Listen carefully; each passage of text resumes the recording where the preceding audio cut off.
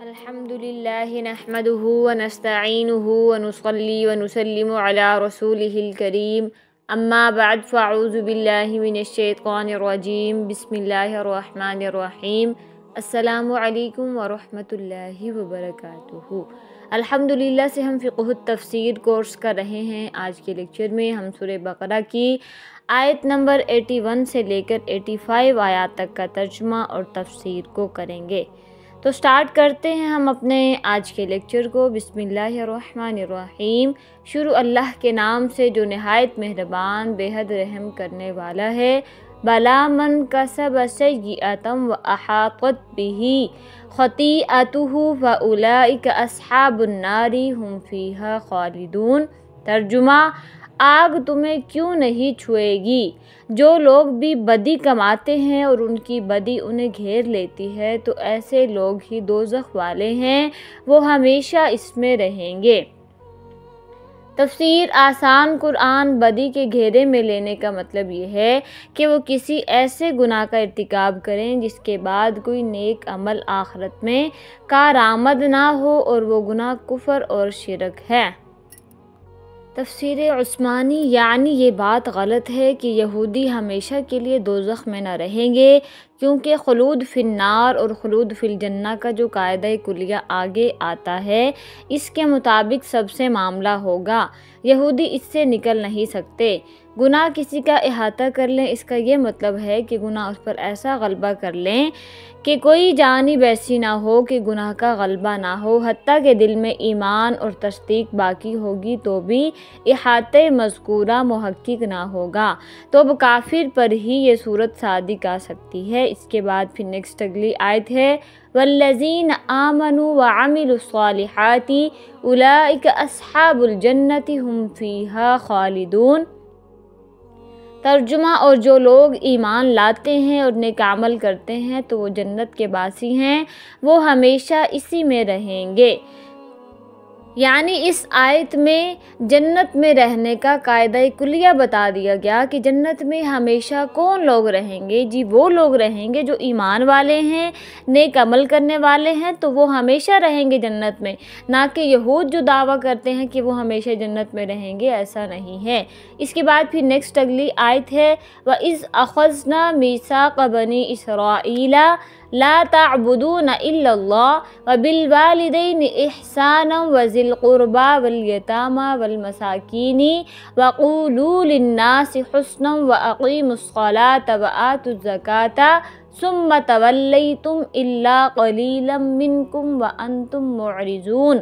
ترجمہ، اور وہ وقت یاد کرو جب ہم نے بنی اسرائیل سے پکا عہد لیا تھا کہ تم اللہ کے سوا کسی کی عبادت نہیں کرو گے، اور والدین سے اچھا سلوک کرو گے، اور رشتہ داروں سے بھی، اور یتیموں اور مسکینوں سے بھی، اور لوگوں سے بھی اچھی بات کہو گے، نماز قائم کرو گے، زکوٰۃ ادا کرو گے، مگر پھر تم میں سے تھوڑے سے لوگوں کے سوا باقی سب اس عہد سے منہ موڑ کر پھر گئے۔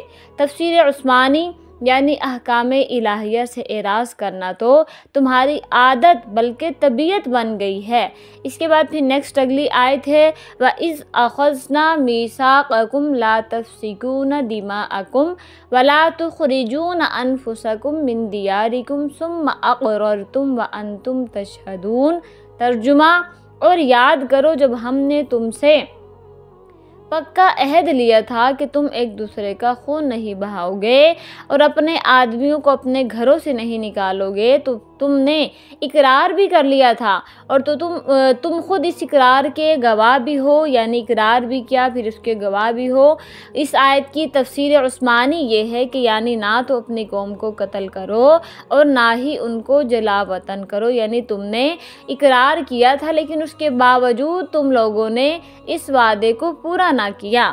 اس کے بعد پھر نیکسٹ اگلی آیت ہے ثم انتم ہؤلاء تقتلون انفسکم وتخرجون فریقا منکم من دیارہم۔ اس کے بعد آج تم ہی وہ لوگ ہو کہ اپنے ہی آدمیوں کو قتل کرتے ہو اور اپنے ہی میں سے کچھ لوگوں کو ان کے گھروں سے نکالتے ہو۔ تظاہرون علیہم بالاسم والعدوان، اور ان کے خلاف گناہ اور زیادتی کا ارتکاب کر کے ان کے دشمنوں کی مدد کرتے ہو۔ وَإِن يَأْتُوكُمْ أُسَارَىٰ تُفَادُوهُمْ وَهُوَ مُحَرَّمٌ عَلَيْكُمْ إِخْرَاجُهُمْ، پھر اگر وہ دشمنوں کے قیدی بن کر تمہارے پاس آ جاتے ہیں تو تم ان کو فدیہ دے کر چھڑا لیتے ہو، حالانکہ ان کو گھر سے نکالنا ہی تمہارے لیے حرام تھا۔ افتؤمنون ببعض الکتاب وتکفرون ببعض، تو کیا تم کتاب تورات کے کچھ حصہ پر تو ایمان رکھتے ہو اور کچھ کا انکار کرتے ہو؟ فما جزاء من یفعل ذلک منکم الا خزی فی الحیاۃ الدنیا، اب بتاؤ کہ جو شخص ایسا کرے اس کی سزا اس کے سوا کیا ہے کہ دنیا کی زندگی میں اس کی رسوائی ہو۔ وَيَوْمَ الْقِيَامَةِ يُرَدُّونَ إِلَىٰ أَشَدِّ الْعَذَابِ، اور قیامت کے دن ایسے لوگوں کو سخت ترین عذاب کی طرف بھیج دیا جائے گا۔ وَمَا اللَّهُ بِغَافِلٍ عَمَّا تَعْمَلُونَ، اور جو کچھ تم کرتے ہو اللہ اس سے غافل نہیں، اس سے بے خبر نہیں۔ تفسیر آسان قرآن۔ اس آیت کا پس منظر یہ ہے کہ مدینہ منورہ میں یہودیوں کے 2 قبیلے آباد تھے، بنو قریظہ اور بنو نذیر۔ دوسری طرف بت پرستوں کے بھی 2 قبیلے تھے، خزرج اور قریظہ کی دوستی تھی، یعنی 2 قبیلے بت پرستوں کے تھے، اوس اور خزرج، اور قریظہ کی دوستی تھی اوس قبیلے سے۔ بنو نذیر کی خزرج سے تھی، جب اوس اور خزرج میں لڑائی ہوئی تو قریظہ اوس کا ساتھ دیتے اور بنو نذیر خزرج قبیلے کا۔ نتیجہ یہ ہوا کہ یہودیوں کے دونوں قبیلے بالواسطہ ایک دوسرے کے مد مقابل آ جاتے، اور ان لڑائیوں میں جہاں اوس اور خزرج کے آدمی مارے جاتے وہاں قریظہ اور نذیر کے آدمی بھی، یہودی بھی قتل ہوتے یا اپنے گھروں سے نکلنے پر مجبور ہوتے۔ اس طرح اگرچہ بنو قریظہ اور بنو نذیر دونوں قبیلے یہودی تھے، مگر وہ ایک دوسرے کے دشمنوں کی امداد کر کے آپس میں ایک دوسرے کے قتل اور فساد پھیلانے میں حصہ دار بنتے۔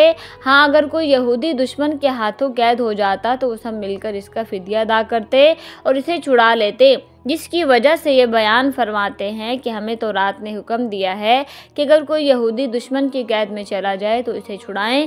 قرآن کریم فرماتا ہے کہ جس تورات نے یہ حکم دیا اسی نے یہ بھی حکم دیا تھا کہ نہ ایک دوسرے کو قتل کرنا، نہ ایک دوسرے کو گھر سے نکالنا۔ ان احکام کو تو تم نے چھوڑ دیا اور صرف فدیہ کے احکام پر عمل کر لیا۔ تفسیر عثمانی۔ مدینہ میں 2 فریق یہودیوں کے تھے، ایک بنو قریظہ اور دوسرا بنو نذیر۔ یہ دونوں آپس میں لڑا کرتے تھے، اور مشرکوں کے بھی مدینہ میں 2 فرقے تھے، ایک اوس اور دوسرا خزرج۔ یہ دونوں بھی آپس میں دشمن تھے۔ بنو قریظہ تو اوس کے موافق اور بنو نذیر نے خزرج سے دوستی کی تھی۔ لڑائی میں ہر کوئی اپنے موافق اور دوستوں کی حمایت کرتا۔ جب ایک کو دوسرے پر غلبہ ہوتا تو کمزوروں کو جلا وطن کرتے، ان کے گھر گرا دیتے۔ اگر کوئی قید ہو کر پکڑا جاتا تو سب مل کر مال جمع کر کے اس کا بدلہ دے کر قید سے اس کو چھڑاتے، جیسے کہ آئندہ آیت میں آتا ہے، یعنی اپنی قوم غیر کے ہاتھ میں پھنستی تو چھڑانے کو اور مستعد ہیں، جلد باز ہیں، چھڑا لیتے ہیں، اور خود ان کے ستانے اور گلا کاٹنے تک کو موجود ہیں۔